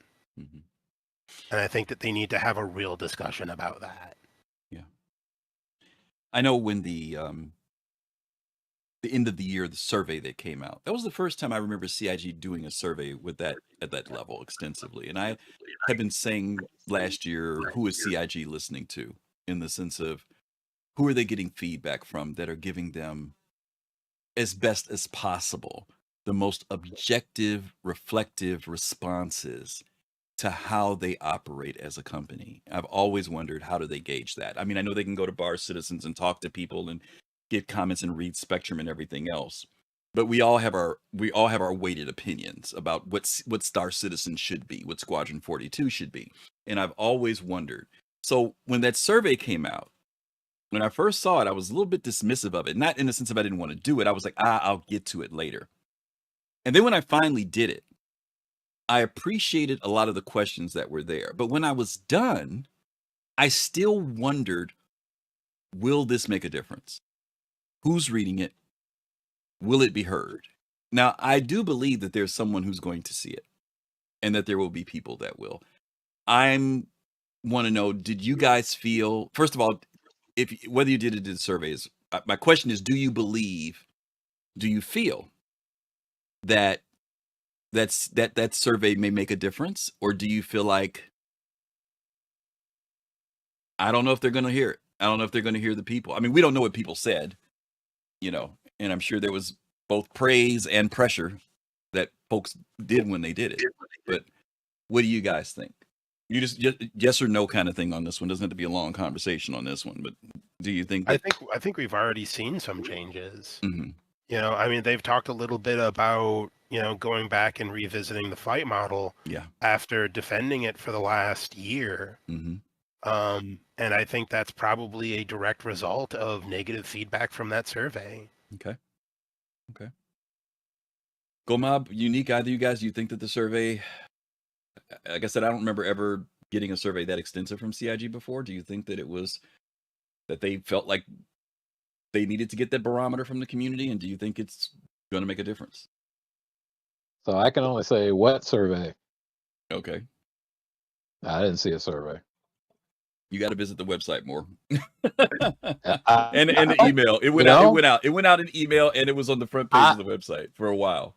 Probably was, but like I You're said, probably gone. They've gotten me into that. They've lost all the sense of not really checking in much because every day all I do is download an update. Yeah, that's fair. That's fair. Yeah, that's fair. GoamATL, how about you? So much time with the thing. Yeah. I agree. If this was a year ago, I'd say they would have taken it to heart and made changes. Okay. I think that the people that are hands on the wheel and control and in leadership over there right now have become a little bit jaded towards the community. And while there may be some changes that come out of some of the things that are extraordinarily skewed towards one side, I think by and large they will go through the mental gymnastics to continue to dismiss the voice of the community. Okay. And that's just based on who's in control, who is the director, and their actions and words thus far. Okay. Fair enough. All right, let me change the channel a little bit here at the end here. We've got a thing called JOMO instead of FOMO, the joy of missing out. I want to ask each of you, what are you doing to compensate in the midst of all this? Are you drinking heavily? Are you playing some other game? How do you manage in the midst of all this stuff? Younique, I'll start with you. What are you doing in the midst of this wait period and the frustration period? Well, how do you offset that? Oh, so basically I get up, turn on the computers, I click on the icon for sending us an update. Yep, sure enough, I click update, and then I go over onto my Mac and I work on my books. Okay, doing writing. Okay. I write. All right. GoamATL? I see what you're doing. That's how you compensate, huh? What's your I notice offset? he ain't sharing. Yeah, what's your offset to compensate? You want some, man? Here you go. Have a sip for me. Have a sip for me. Yeah. I play the game until I don't, and then I step away and I play other things. Okay. flight simulator. Mm-hmm. I got kids. I got a job. Mm-hmm. I got other interests and things. It's not like I've got nothing to do. So it's when I feel myself going to a dark place about this project, Mm-hmm. I step away from it. Okay. After a couple drinks, of course. Okay. But no, it's, again, I am still having a good time in the game. Even right now, like I haven't played much of the PTU. Mm-hmm. I've been in preview working on building my, me. I got to get my money up. Oh, you I gotta can't make be your broke. I after a white, I just feel dirty being broke. So I got to get my money right. I got to get my rep up. I got to, Yeah. I gotta get to a place where I feel like I can play the game. And I understand, missions probably going to bug out. Mm-hmm. Cargo's going to fail. I'm going to fall through the floor at some point in time tonight, right? Mm-hmm. I get it. This is just where we're at. It's a Mm-hmm. buggy mess. Mm-hmm. That does not bother me. So I'm having a good time. Okay. I'm playing again. That's fair. Are you playing? You mentioned Microsoft Flight Simulator. That's what you do as your pastime outside of that, game wise. Yeah. Okay. All right. I need to build a whole separate gaming rig because like the whole swapping out of my joysticks and my honeycomb yoke and throttle quadrant and all that stuff. That just takes too much time. I just spend another couple grand and building a whole. My wife's not around listening, is she? Okay, that's fair. That's fair. Togi, how about you? What's your joy of missing out? How are you offsetting and compensating when with all this stuff? Oh God! I mean, I just wallow around in the salt. All right. All right, like I'm out here and I'm just like, I'm not spending any more money and I'm just praying that CIG doesn't release another ground vehicle, showing up my door like some ex-boyfriend at midnight with roses that were clearly meant for somebody else, but I'm still gonna take them. Yeah. They know what you like. They know me too well. Yeah. And let me say this too, to Togi's point, and to the Youniques and GoMob's point. You notice that they all still play the game, right? As Togi and I can have a very intense conversation about the game, and when a patch comes out, Togi beats me to the patch. Okay, so they are still supporters and wanting this game to do well, and the fact that they're here says that. Let me give some quick shout outs to some people because we got into such deep conversation today. I didn't get to recognize people. Gladestone, thank you. You kicked us off tonight with our resub for today. So thank you so much for that. For 33 months, you've been supporting. Thank you. Charles DCI, as always, appreciate you. Good to see you here. Is it Exoder? I know I'm pronouncing that terribly, but thank you for the follow. Thrakazog, as always, thanks for gifting. I don't know why you gifted the fast card of all the people, Thrakazog, but I'm sure he's appreciating it. Thank you for that. Let's see who else was here. Eternal Empire Space, thank you for following as well. Citizen Shenanigans, is always good to see you. Thank you for 39 months. And we've got a few questions for you guys that I want to present. Questions have been rolling in. Senor Mukul. Thank you, Senor Mukul. Thank you for that follow. The subscription rather. Thank you. We do appreciate that. Let me throw these questions out to you guys. The first question that we got actually came in from Serious Fun. He says, my kids are making me watch The Wild Robot, so I may have to see your response on this at a rewatch. In one sentence, what are the top 2 things you would change about CIG today that would, to your mind, improve the overall project, meet all its current covenants, and still deliver with fidelity the 2 games they are developing? GoMob, I'll start with you first on this one. If there were 2 things that you would change.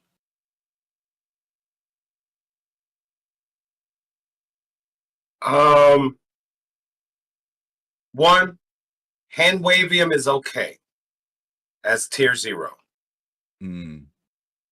Okay. Mm-hmm. Everything doesn't have to be perfectly physicalized and realized in the verse, right? it's okay if you want to introduce a feature in gameplay, but you haven't quite worked out all the stuff. Mm-hmm. It's okay if it's just there in a magical and not a physical way. Mm-hmm.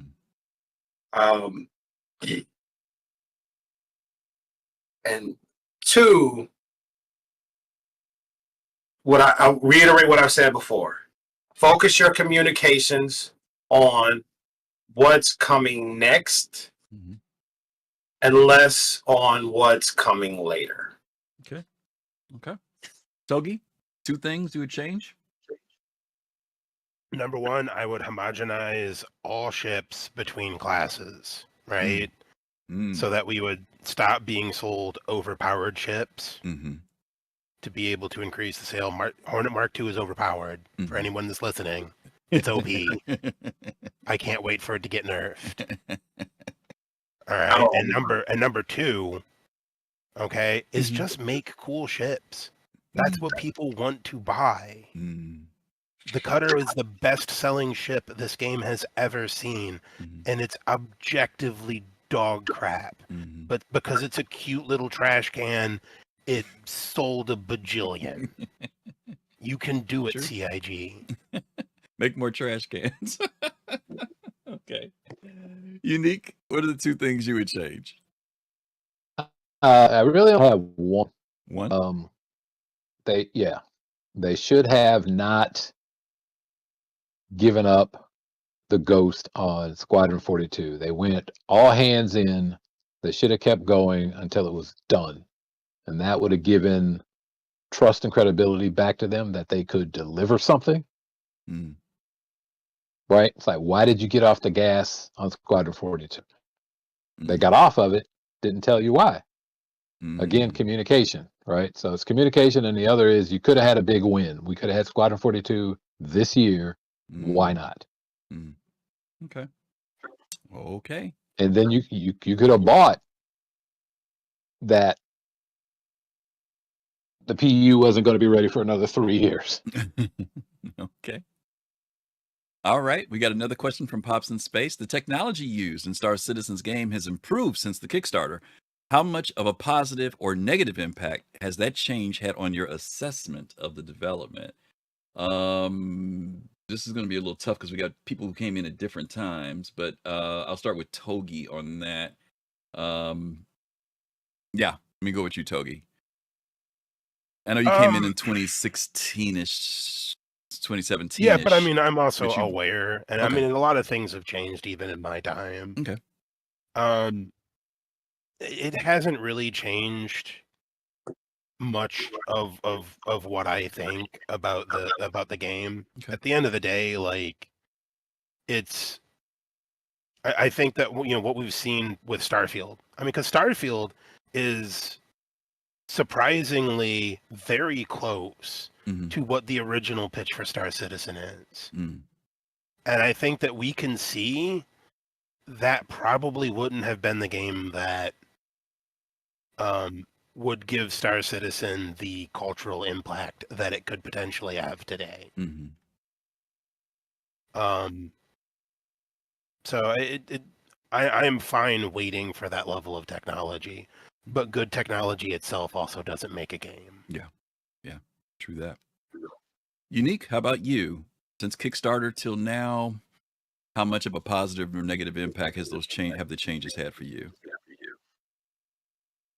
Well, because the company is run by a developer and he loves to take on new technology, and if you actually saw the original videos when they were pitching the game and they asked him about what would it take to run the game, I mean, they hadn't even started really. And he was pitching that, 4 and 8 core CPUs that didn't even exist. Right. He's like, it's going to need those, and they're going to have to make sure that they get there. Not CIG, but the CPU industry, right? So he was forward projecting to that, and so as things changed, and he was shocked when the SSD main discs came out, Mm-hmm. you know, and jumped all on. It's like, oh, this is a must-have thing to make this game really work a lot better. So as technology is, game will improve things, and got a guy who is willing to put down there to make sure those things get created again. Like the guy didn't have to do it, but it's amazing. Okay. We cut. I think we Hey, cut the bulk of I it. think Younique's internet is limiting him like the old Twitter at 120 characters. Once he gets over, it's just like, all right, you done, It starts sir. to cut out. I know. I think we got the bulk of it though. We got the bulk of it. Okay. Bad for me. Let's see. The last question. Okay, let me see. Okay, we got a question from Fastcard here. A question about the word alpha. A couple of weeks ago, one of the guests expressed displeasure with how CIG attaches the word to the project. At this stage, what word, if any, would you use in the name of the project that would replace alpha? How would you basically publicly announce the state of the game, I guess is what he's asking. Can I use 2 words? Sure. Dumpster fire? Okay. Togi, is alpha satisfactory to you, or do you feel it's not clear a good term to use based on the state of the game? I think alpha's fine. I think playable now is not. That's where my issue would be. Mm-hmm. And I think, you know, this is one of those things where I think this would be, the free flights are a really good idea, right? But instead of having, you know, these free flights at certain times of the year, when you make an account, you should just have to play a certain amount of hours before you're even allowed to buy a package. Okay. And the church said amen. Yeah, amen. Amen. All right. Younique? I don't know, just around the corner, alpha. or maybe put in parentheses and like in Comic Sans serif, like barely overplayable now. Or not that. It's like sometimes, occasionally, alpha, it's playable. Testable now. Testable now. Yeah, that has come up before. Testable now. People have said things like, you know, play test, you know, come in invited to play test versus the playable now thing. That has come up before as a suggestion too. Okay. All right, fair enough. All right, gang. That's it. We have cut through this show with some great conversations and great feelings and thoughts, and definitely prayers about where this game is going. Yeah. And a lot of good stuff here. Talking about where the game, the state of the game, and where we would like to see the game to go. Let's go ahead and talk about what we've got coming up next week. As I shared earlier, we've got a few things that are coming up. I forgot to put the questions up during the show. I was so busy talking to you guys. Let's talk about what's coming up here. Next Thursday, we have our show Soul Talk, which is led by Fastcart. Is our conversation that is a roundtable conversation where you get to come in and share your thoughts about things that are going on in the community. Normally it's things from ISC, SCL, but also things from Spectrum, Reddit, all that good stuff. Great conversations on Thursdays at 9 p.m. Eastern time. You guys can click on the Discord and come in and join in on that conversation. It's open to you. That's our show that we want to give the community a voice to share their thoughts about Star Citizen and Squadron 42. And then next Sunday will be right at the beginning of February, February 2nd. We are going to be doing a show called Should You CCU? For those of you who do CCUing, we're going to be talking about it in greater detail. For those of you who've never done CCUs, we're going to be explaining what CCUs are, give some examples of how CCUs are done, and talk about is CCU always the best thing to do, or why some people don't do CCU. All those conversations about CCU and where you can go to find plugins for CCU and all that stuff. Fastcart's going to be leading that conversation next week, so hopefully you guys will be able to join us on February 2nd, next Sunday, for that show at 7 p.m. Eastern time. Other than that, that's it. Real quick before we leave, Younique, you wanted to share some information with the community. Hopefully your mic will work well, so make it concise, because the longer you talk, that's when it starts to go away. So tell everybody 120 about characters. It. Yeah. 100, on Amazon. It's called the Aurora Initiative. I'm gonna put it in the chat just so Yes. in case you want. It's a space opera. And let me check this again. Let me check this again on Twitch. Yeah, we're back up. Okay, that was strange. Okay, guys, sorry about that. Not sure what happened. We got a freeze there. It says rigged, Captain No Pants. All right, but the Aurora Initiative, Younique has published a book. If you guys don't know, Younique has been writing, and he's done some really great work. So he says on Amazon. Is that correct, Younique? That is correct. I'm still working on the audiobook, but that should be there in a couple weeks. Okay. Well, yeah, drop a link in, and we definitely would love to check that out. You guys support Younique if you get a chance. Take a look at his writing. Should be great. Go Mob, thank you for being here as always. To SirTogy, our guest. You guys haven't heard Togi's voice in a little while. It's good to have him on. Togi, thanks for being on with us tonight. Oh, hey, anytime. I love, being the sea salt over here. All right. Oh, it was good. It was good stuff. And Younique, as always, good to have you on. It was last minute that Younique jumped in, so a special thank you to him to help balance out the show tonight. Really appreciate him being here. We look forward to seeing you guys next week as we go into February. Don't forget, when we get into the month of March 2nd, or March 2nd, I think it is, that's going to be our anniversary, our 5th year anniversary. So hopefully you guys will be able to join us for that. We're going to have most of the team members on. We're going to be talking about this year and things that are going to be coming up. So we'll look forward to seeing you guys on March the 2nd. But until then, join us next week, next Sunday. Should you CCU? It's going to be our show next week. Thank you guys for being here. And we're going to send you guys over to Verity. Our good friend Verity is streaming right now. So get over there if you like what you see. Follow. Let her know that you came over from the Soul Citizens. And until next time, you guys take care of yourself. Stay safe. Peace, love, and soul. We'll see you soon. Ciao.